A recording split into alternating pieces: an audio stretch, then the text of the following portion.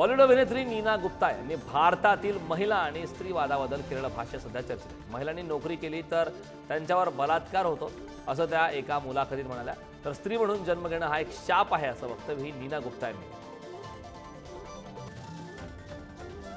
कौन बनेगा करोडपतीचा नवीन सीझन लवकर सुरू होणार. या 17व्या सीझनमध्ये पुन्हा एकदा अमिताभ बच्चन होस्टच्या खुर्चीवर दिसणार आहेत.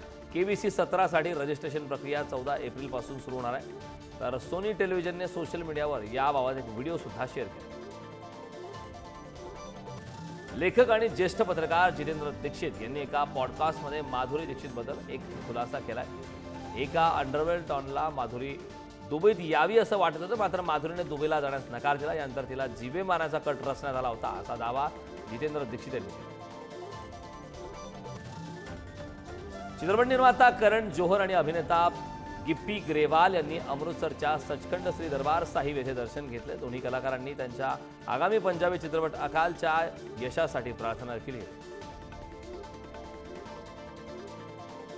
बिग बॉस मराठीचा विजेता सूरज चव्हाणने आगामी सिनेमात झापूक झुपूकचं नवं गाणं प्रदर्शित झालं. या गाण्यात सूरज धमाल डान्स करताना दिसत आहे. या सिनेमात सूरज चव्हाणवर एक धमाल गाणंही करण्यात आलं.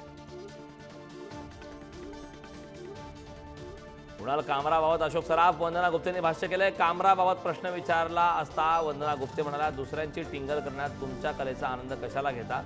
आमच्याकडे इलॉजिकल कॉमेडी चालत नाही. तर अशोक सराफ म्हणाले, टिंगल करून तुम्ही हसू शकता पण अस्सल कॉमेडी करून दाखवा असं सुद्धा म्हणण्यात आलं.